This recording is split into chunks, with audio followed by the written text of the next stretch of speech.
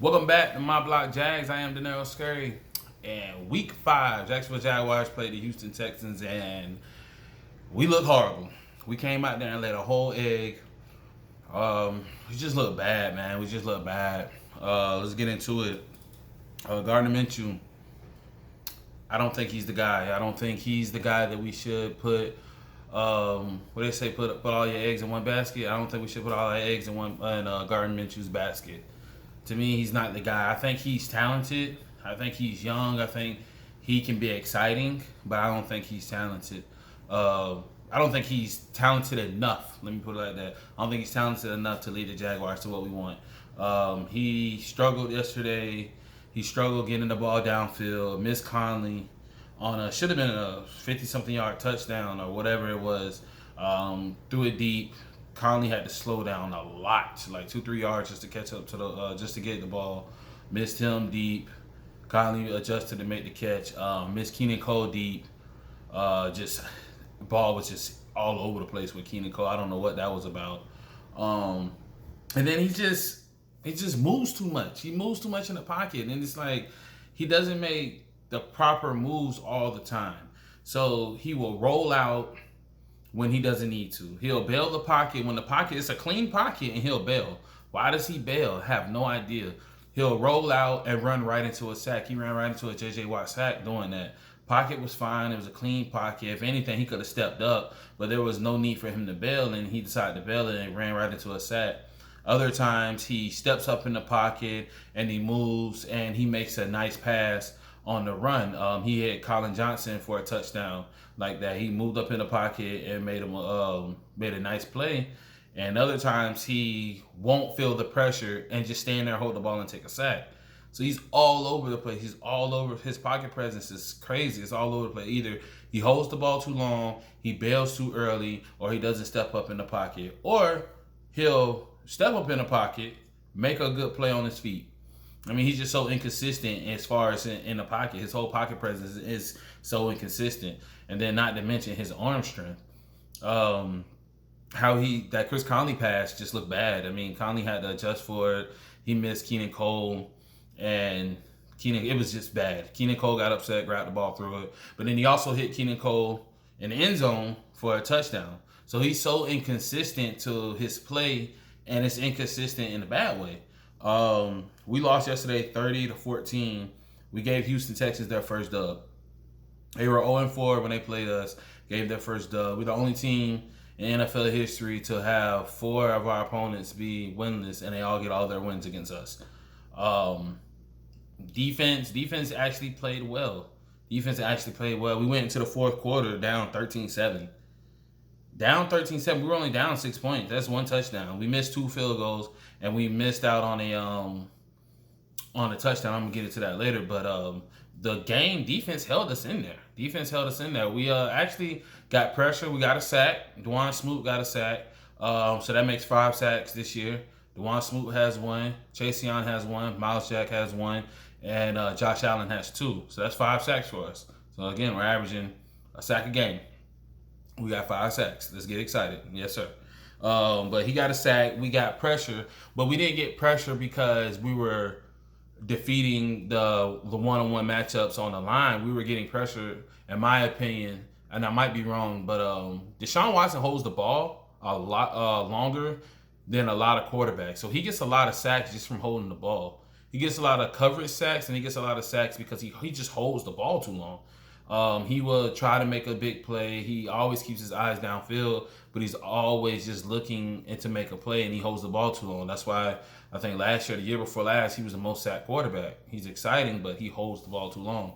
And that's why I believe we got most of the pressure we did get. Sidney Jones stepped up. This is his first game playing for us. He came out there. He stepped up. DJ Hayden was hurt. C.J. Henderson, he was hurt. Miles Jack was hurt. Josh Allen was hurt. They didn't play. Wingard ended up getting hurt yesterday. Some core injury, and somebody got ejected. I can't remember who it was. Somebody got ejected. So we were using players that I had no idea who they were. No, I don't recognize none of these numbers, but Sidney Jones was one of those guys that we called up and he stepped up. Pass deflection, got intercepted, Jared Wilson, and he also had Sidney Jones himself also had an interception. So he stepped up. Defense, like I said, defense was actually playing somewhat good because, like I said, in the fourth quarter, we were only down 6 points. And that's when the defense was, until that point, the defense was playing well. And then the fourth quarter happened to where everything just kind of fell through. David Johnson had 17 of 96 yards, 17 carries and 96 yards. And then Brandon Cooks had 8 catches for 161 yards and a touchdown. Same with Will Fuller, had 4 catches for 58 yards and a touchdown. So those 2 touchdowns came, I believe those 2, Will Fuller and Brandon Cooks, came in the fourth. I know for a fact Cooks' 1 touchdown came in the fourth because he just cut right through our defense on his touchdown.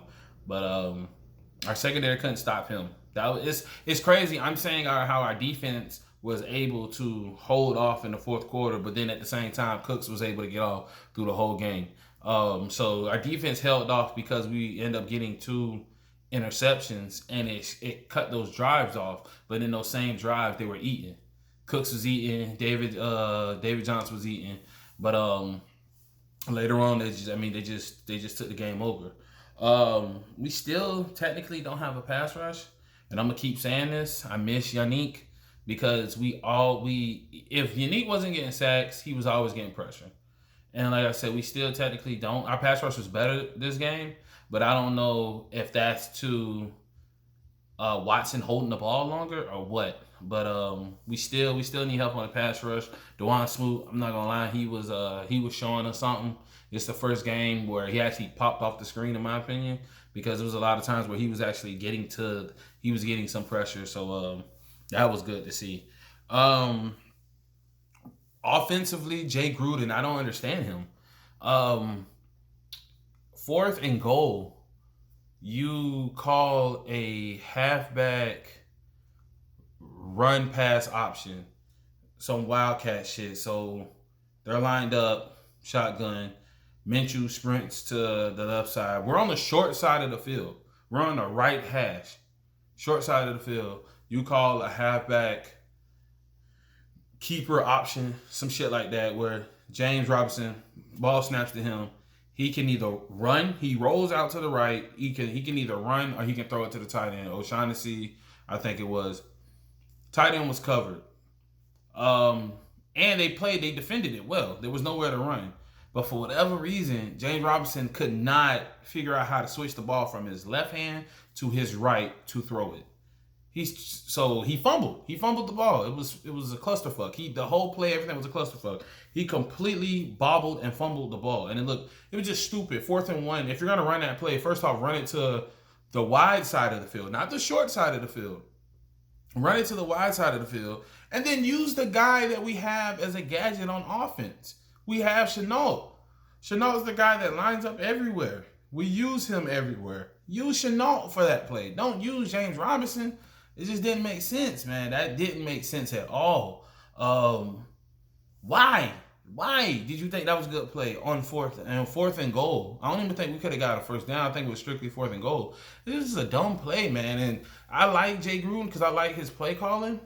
Because some of his play calls are actually pretty good, but then it's like he has these gaps where he's just like, bro, what are you doing? Like, why did you think that was a good play? It doesn't make sense. We missed 2 field goals. Every week we done had a new kicker since Lambeau went down. Every week we had new kicker. And all of them get released because of injury. I want to say we signed the kicker and then literally an hour or 2 later he ended up getting hurt, which is weird. But we keep getting all these kickers and they can't kick. Either they're missing extra points, missing field goals. And the kicker we had yesterday, he missed 2. So that's a touchdown we missed out on and 1, 2 or 3 field goals. Because if he would have made one of those field goals, I doubt we would have seen the second one. But he ended up missing the first one, missing the second one. If we would have scored that touchdown, that would have been 6 to 7 points. Or they could have just went for the field goal and could have kicked the field goal and could have got 3. So just the play calling on itself messed us up, and then the kicking game is all over the place. That messed us up. So it's I don't really get Jay. I don't really understand what's going on. I honestly feel like we're cursed. I feel like somebody put some hex on us, probably like in 2002. I don't know who, Reggie Williams or somebody, Matt Jones. I don't know, somebody.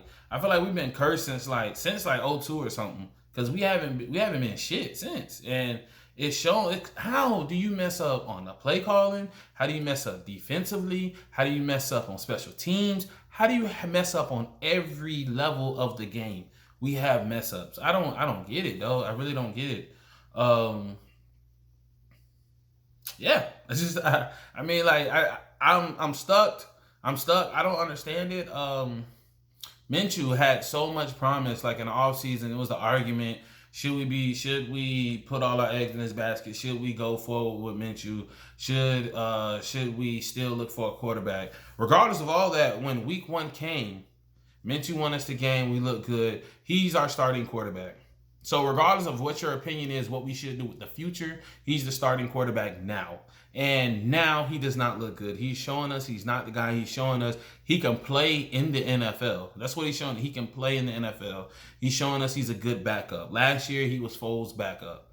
Point blank period. He was Foles' backup last year. He was a rookie, and he was Foles' backup last year. Now this year, defenses have tape on him. And to me, well, not to me, just to obvious, he can't adjust. Miami played zone on him. He didn't know what to do. Now teams have tape on him, and they now can scout for him, and he doesn't know what to do. And honestly, it seemed like he peaked last year. It honestly looks like he peaked last year. That was the best we're going to see him. Stat wise, when you look at his stats, only if you're looking at the paper, you're strictly looking. If you're one of these analytic geeks that just look at paper, his numbers are nice. Like he threw for 300 yards. He threw what was it? He threw 49 times. He was 31 of 49 for 301 yards and 2 touchdowns. So you're like, he threw 2 touchdowns. He had over 300 yards, but every game he's threw over 300 yards, we lost. Why do we lose? Because he gets these garbage time stats. Blake Bortles, I want to say in 2015, his second year, he had a lot of garbage stats. I think he threw for 3,300 yards that year, but a lot of them was we were playing from behind. So he was able, the defense played lax, and he was able just to throw. That's the only thing you can do. Just to throw. When you fall behind, that's the only thing you can do. That's the only thing that opens up is the throwing game, because you got to throw to win. You can't run the ball that runs the clock. So his stats always show that he looks decent. But stats also show that he had 2 fumbles yesterday. His rookie year, he had fumbles. He didn't have a lot of interceptions, but he fumbled then. So, and to me personally, I think that's pocket presence. When the pocket breaks down around you, you got the end swooping around, that's when you're supposed to step up, or you're supposed to get the ball out your hand. Because most of his fumbles are in the pocket. They're not him running the ball or nothing like that. And that's pocket presence. I think he needs to work on that. Not to mention his inconsistent play, like his inconsistent throwing. He shows he doesn't have the arm. He shows that he can't be accurate sometimes, but then other times he throws nice pass. He puts it right on the money. So he's very inconsistent. I do think we are looking for the future at quarterback. That's the definition of tanking. We're looking for the future with the lower draft pick, because they're not going to make no transactions outside of free agents with kickers. They're not going to make a transaction to bring in more talent defensively at safety. They're not going to bring in they're not going to do a transaction to bring in a pass rusher. They're not going to do nothing. The defense is what it is. That's what we're going to see. That's what we got. 11 games left. 9 games left. 10 games left. We got 10 games left. No, 11. 11 games left. The players we see are the players we're going to have. Only thing that's going to change out is some kickers. That's the only thing that's going to change out is some kickers. So they're not going to bring nobody in for us to play better. It is, I'm saying, this is just, they're probably going to, if you look at the transactions right now, it's a lot of practice squad people they're swapping out, but I don't think these guys are dressing. None of these guys are dressing. Outside of the kicker, that's the only person that's actually touching the field and making something, but none of these guys are dressing. So this is the team that we're going to have for the rest of the season. This is the team that we have to go out there to compete with. That is what it is. And then the fact that if this is the team that we have to compete with, you can't see wins. There's no way that you can see wins coming from this team. It's just, I mean, that's just being honest. So we won a luck game, in my opinion. I think that first game was a fluke. It was Phillip Rivers' first game as a Colt, and he was trying to fit. And then he's a gunslinger, and we just end up lucking up on some of the passes and stuff like that. But I know I made a video saying we were gonna win like 7 or 8 games. That was me being hella optimistic.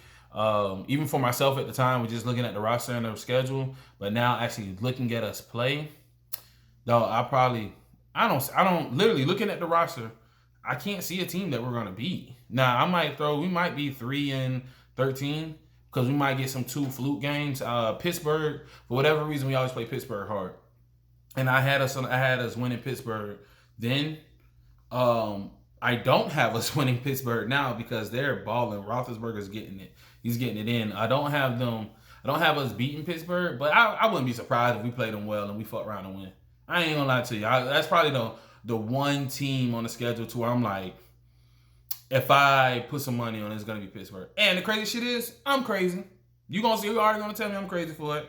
But we always play Pittsburgh well, no matter when we win or lose. No matter how our season is, we always play Pittsburgh.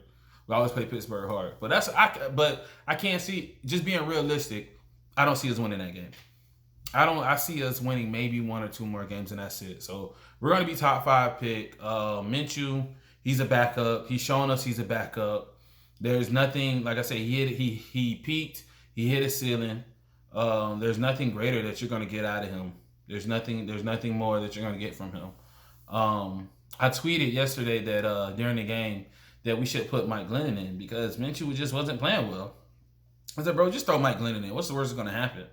And somebody tweeted me back, was like, why would you throw Glennon in? I was like, look what Minshew's doing right now. He doesn't look like shit. He looks bad. He can't complete nothing. He's inaccurate. Just throw him in. Like, what's the worst that's gonna happen? At least save the man from himself. That's how I was looking at it. Save Minshew from himself. I mean, like, you don't want him to go out there, confident shot, and he just continues to look bad. And they was like, that's dumb. Minshew's young. He has to prove to us he's a backup quarterback. He already proved to us last year he's a backup quarterback. He's proved to us right now he's a backup quarterback. So I was just like, whatever. His response didn't make sense. It sounded stupid because he's young. We got to. He's showing us he's a backup quarterback. He showed us that last year when he came in for Foles. He was a backup quarterback. The very next series, Minshew fumbled. So that's where we at with that. I literally was like, just take Glennon out just to see if we can get a spark. Just see if anything can happen, anything can change. And then the very next series after that, Minshew got in and he fumbled the ball. So that's that. When it comes to our style and the play calling, this is strange to me because we were only down 13-7 going in the fourth, but we completely abandoned the run. And every team we played, they cannot stop the run. They cannot stop the run. So I don't. They cannot stop us from running. So I don't understand why would we commit to passing so much when we're not even down like that. We're not even down crazy. We're not down crazy. So why would you only commit to the pass when we can literally just run the ball and make stuff? You know what I'm saying? We can make it happen. Our offensive line isn't that bad. They're blocking whatever new blocking scheme they have or something. It actually looks pretty. It looks better than last year. So our offensive line really isn't blocking bad. So I just don't understand why Jay Gruden is just refusing to run the ball. It's strange. And if the quarterbacking is looking the way it is, why don't you make it more balanced? I mean, do some rollouts, do some play actions, do something to where it opens up the because you need to use the running game. Use the running game to slow the pace down. You know what I'm saying? Give our defense time to rest because they're on the field a lot. Todd Wash can't come up with no scheme for those guys to win. So do something but the play calling philosophy just doesn't make sense. I don't get it. I think Jay Gruden's actually a good offensive coordinator, and I like his play calling, even though some of them's questionable.